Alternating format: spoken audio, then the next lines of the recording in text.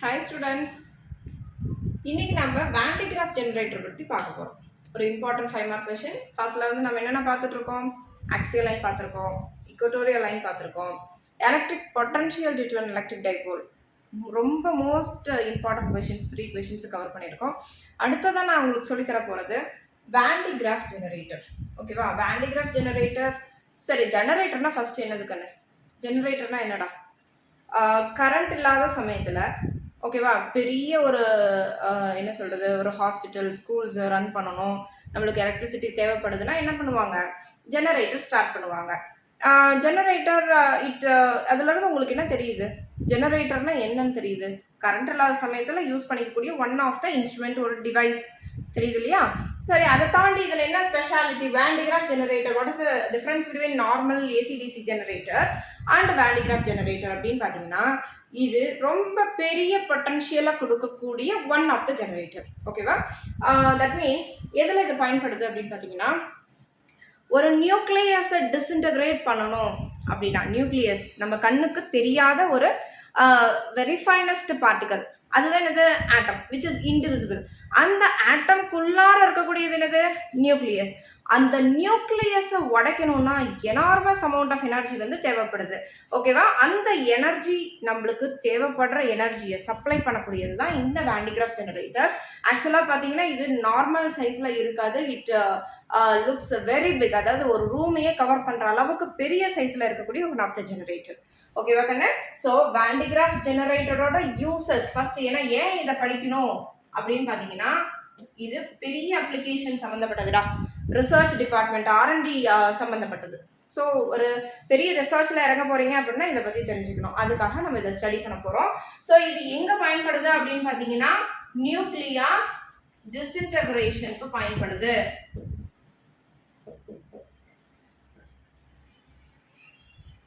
So when we are being a research and development officer, atomic power ஸ்டேஷனில் எங்கேயாவது போய் work பண்ணுறோம் அப்படின்னா நம்மளுக்கு சில விஷயங்களை தெரிஞ்சு வச்சுருக்கணும், அதுக்காக தான் நம்ம என்ன பண்ணுறோம், இதை ஸ்டடி பண்ணுறோம்.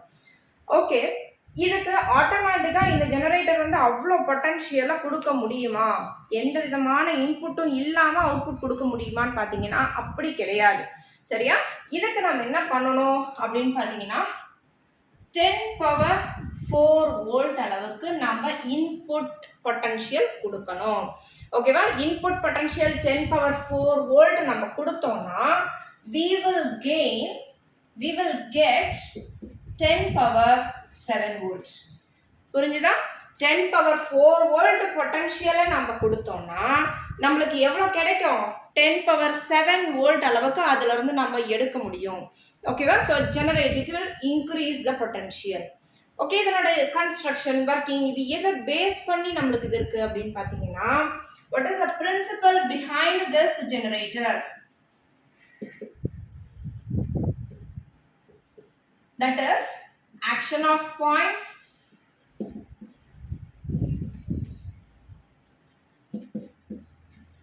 அல்லது கொரோனா டிஸ்சார்ஜ்னு சொல்லுவாங்க. action of points or corona discharge and electrostatic induction.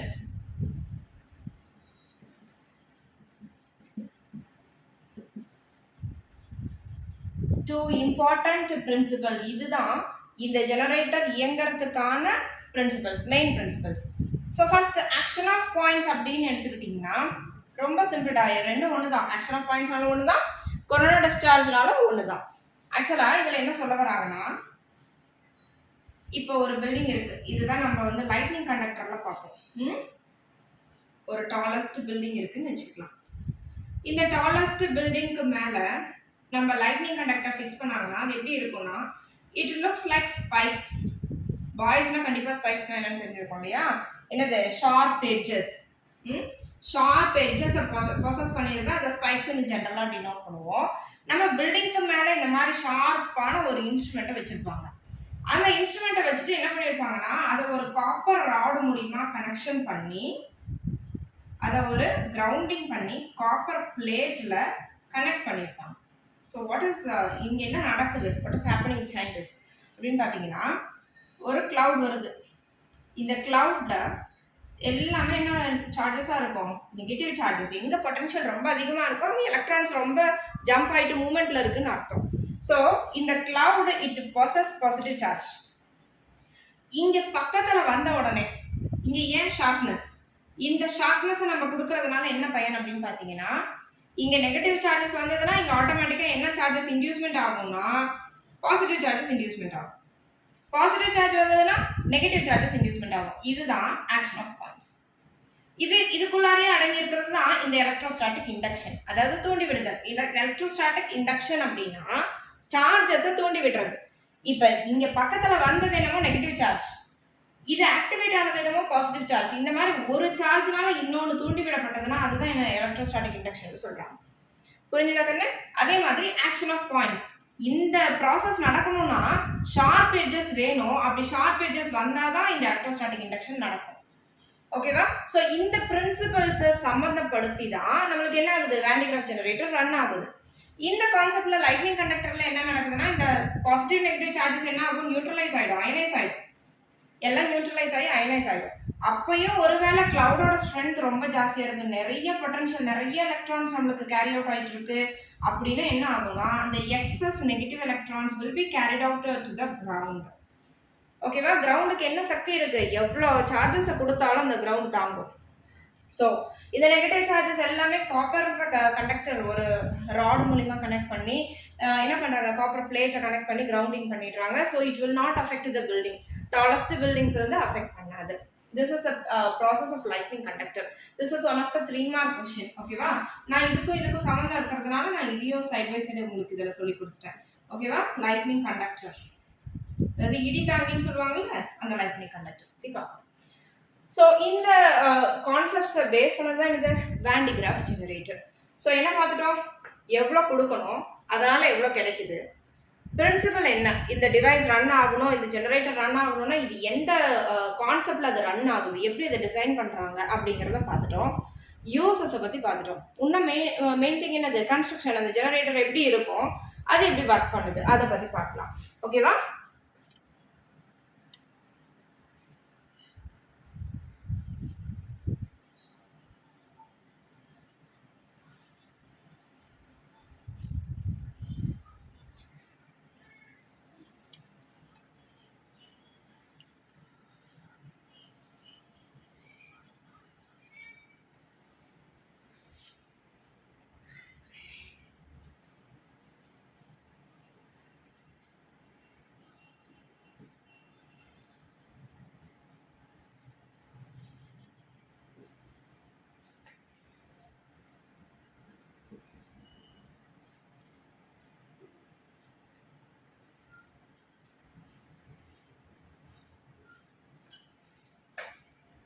So listen பண்ணுங்கடா. This is a construction of Vande Graff generator. என்ன பண்ணிருப்பாங்கன்னா, 2 புள்ளிஸ் A and B கீழே ஒரு புள்ளியும் மேலே ஒரு புள்ளியும் வச்சிருப்பாங்க. ஓகேவா? புள்ளிஸ் அப்படின்னா நீங்க எங்க பார்த்துருக்கலாம், இது வெல் இருக்கு இல்லையா, கிணறுல தண்ணி சேர்ந்துறத பார்த்துருக்கீங்களா? அதுல புள்ளி இருக்கிறோம், அதுல இருந்து இந்த பெல்ட்டோ இல்லை கயிறு போட்டு இழுப்பாங்க. ஓகேவா? ஸோ இந்த மாதிரி நிறைய டைப் ஆஃப் புள்ளிஸ் இருக்கு. அந்த புள்ளி நான் உங்களுக்கு வேற ஒரு வீடியோவில் கண்டிப்பாக காமிக்கிறேன், புள்ளினா என்னன்னு தெரிஞ்சுக்கோங்க. ஸோ 2 புள்ளிஸை கீழே ஒன்று மேலே ஒன்று கனெக்ட் பண்ணி ஒரு பெல்ட் மூலிமா அது ரன் ஆகிட்டு இருக்கும். இது வந்து சுற்றிக்கிட்டு இருக்கும். சரியா? நம்ம அதுக்கு சுற்றணும் அப்படின்னா நம்ம என்ன பண்ணணும், அதுக்கு எலக்ட்ரிக் பொட்டன்ஷியல் கொடுக்கணும். ஸோ நம்ம என்ன பண்ணுறோம், அதை ஒரு 10⁴ வோல்ட் கொடுத்து இந்த பெல்ட் ரன் ஆகிட்டு இருக்கு. ப்ளஸ் இது கூட நம்ம என்ன பண்ணுறோம், இந்த இடத்துல ஒரு 2 ஸ்பைக்கை கனெக்ட் பண்ணி வச்சுருக்கோம். ஓகேவா? ஸ்பைக்னா என்னது, ஒரு இரும்புனால செய்யப்பட்ட குச்சியாக இருக்கக்கூடிய ஒரு டிவைஸ், அவ்வளோதான். இது என்ன பண்ணுறாங்க, இங்கே ஒன்று கனெக்ட் பண்ணிடுறாங்க. இந்த ஸ்பைக்குக்கு 10⁴ வோல்ட் கொடுக்குறாங்க. இந்த ஸ்பைக்குக்கு எந்த விதமான பொட்டன்ஷியலும் கொடுக்கறது இல்லை. சரி, இப்போ நம்ம இந்த ஸ்பைக்கில் என்ன ஆகுதுன்னா, ஆட்டோமேட்டிக்காக பாசிட்டிவ் சார்ஜஸ் இன்டியூஸ்மெண்ட் ஆகுது. What is the reason? Current கொடுத்தோன்னா கண்டிப்பாக அங்கே பாசிட்டிவ் சார்ஜ் இன்டியூஸ்மெண்ட் ஆகும் ஷார்ப் எட்ஜஸில். இந்த புள்ளி சுத்திட்டு இருக்கு, பெல்ட் இப்படி ரொட்டேஷன்ல இருந்துட்டு இருக்கு. இந்த பெல்ட்டை எதனால ரெடி பண்றாங்க, இது என்னது, சில்க்னால இல்லைன்னா காட்டன்னால ரெடி பண்றாங்க. Silk or cotton belt. இந்த ஏவும் பியும் எதை குறிக்குது, ஏ அண்ட் பி இது ரெண்டும் புள்ளிஸ். ஸோ இந்த சிங்கிற இந்த ஸ்பைக்ல இருந்து பாசிட்டிவ் சார்ஜஸ் இன்டியூஸ்மெண்ட் ஆக ஆரம்பிக்குது ஃப்ரம் த பொட்டன்ஷியல். ஸோ என்ன ஆகுதுன்னா இங்க இருந்து இந்த சில்க் கிளாத் என்ன பண்ணும்னா எப்பயுமே ஒட்டிக்கும். ஏதாவது பக்கத்தில் வந்ததுன்னா பாருங்க, சில்க் கிளாத், சில்க் சாரீஸ் உடனே வந்து கொஞ்சம் கொஞ்சம் நம்ம உரசி பார்த்தோம்னா கூட அதுல இருந்து அந்த த்ரெட் எல்லாம் மேலே இழுக்க ஆரம்பிக்கும். ஓகேவா? இந்த சார்ஜஸ் என்ன ஆகும்னா உடனே போய் ஒட்டிக்கும். அதனால தான் என்ன பண்றாங்க, சில்க் அல்லது காட்டன் பெல்ஸை எடுத்துக்கிறாங்க இதுல இந்த ஜெனரேஷன்ல. ஸோ இந்த பாசிட்டிவ் சார்ஜஸ்லாம் என்ன ஆகுது, மேல் நோக்கி, ஏன்னா மூமெண்ட்ல இருக்கு இல்லையா, இப்படி ரன் ஆகிட்டே இருக்கு. இந்த சார்ஜஸ் எல்லாமே இன்டியூஸ் ஆகிறது ஒட்டிட்டு மேலே போயிட்டே இருக்கு. ஓகேவா? ஸோ இந்த இடத்துல எந்த விதமான பொட்டன்ஷியலையும் கொடுக்காத போது இங்க என்ன சார்ஜஸ் இன்டியூஸ்மெண்ட் ஆகும், நெகட்டிவ் சார்ஜஸ் இன்டியூஸ்மெண்ட் ஆகும். ஸோ இது ரெண்டும் என்ன ஆகும், நியூட்ரலைஸ் ஆகும். எக்ஸஸா நம்மளுக்கு ஏன்னா இங்க பொட்டன்ஷியல் அதிகமா கொடுத்துருக்கறனால இங்க இருந்து உற்பத்தி ஆகிறது, இங்க உற்பத்தி ஆகிற நெகட்டிவ் பொட்டன்ஷியலை விட இது ஜாஸ்தியா இருக்கும். அதனால என்ன ஆகுதுன்னா நிறைய பாசிட்டிவ் சார்ஜஸ் வர வர வர நியூட்ரலைஸ் ஆனது போக மீதி இருக்கிறது வெளியில இருக்கிற இந்த ஸ்பியருக்கு வெளியில இப்படி டிஸ்ட்ரிபியூட் ஆக ஆரம்பிக்கும். சரி, அதை வந்து நம்மளுக்கு எஸ்கேப் ஆகிடக்கூடாது இல்லையா? ஸோ அதனால என்ன பண்றாங்க, ஒரு ஷீல்டுக்குள்ளார இதை வச்சிடுறாங்க. ஒரு கான்கிரீட் ஷீல்டுக்குள்ளார இந்த ஜெனரேட்டரை வைக்கும் போது ப்ரொடியூஸ் ஆகக்கூடிய இந்த பாசிட்டிவ் சார்ஜஸ் எல்லாமே அந்த ஷீல்டுக்குள்ளாரையே தங்கிடுமே ஒழிய வெளியே எஸ்கேப் ஆக முடியாது.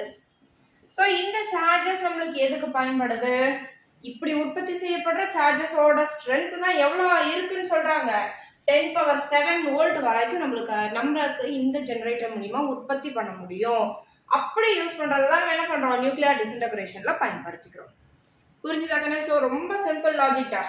என்ன ஆகுது, கன்ஸ்ட்ரக்ஷனா என்னது, 2 புள்ளி இருக்கு, 2 புள்ளியை என்ன பண்றீங்க, பெல்ட் மூலியமா கனெக்ட் பண்றீங்க.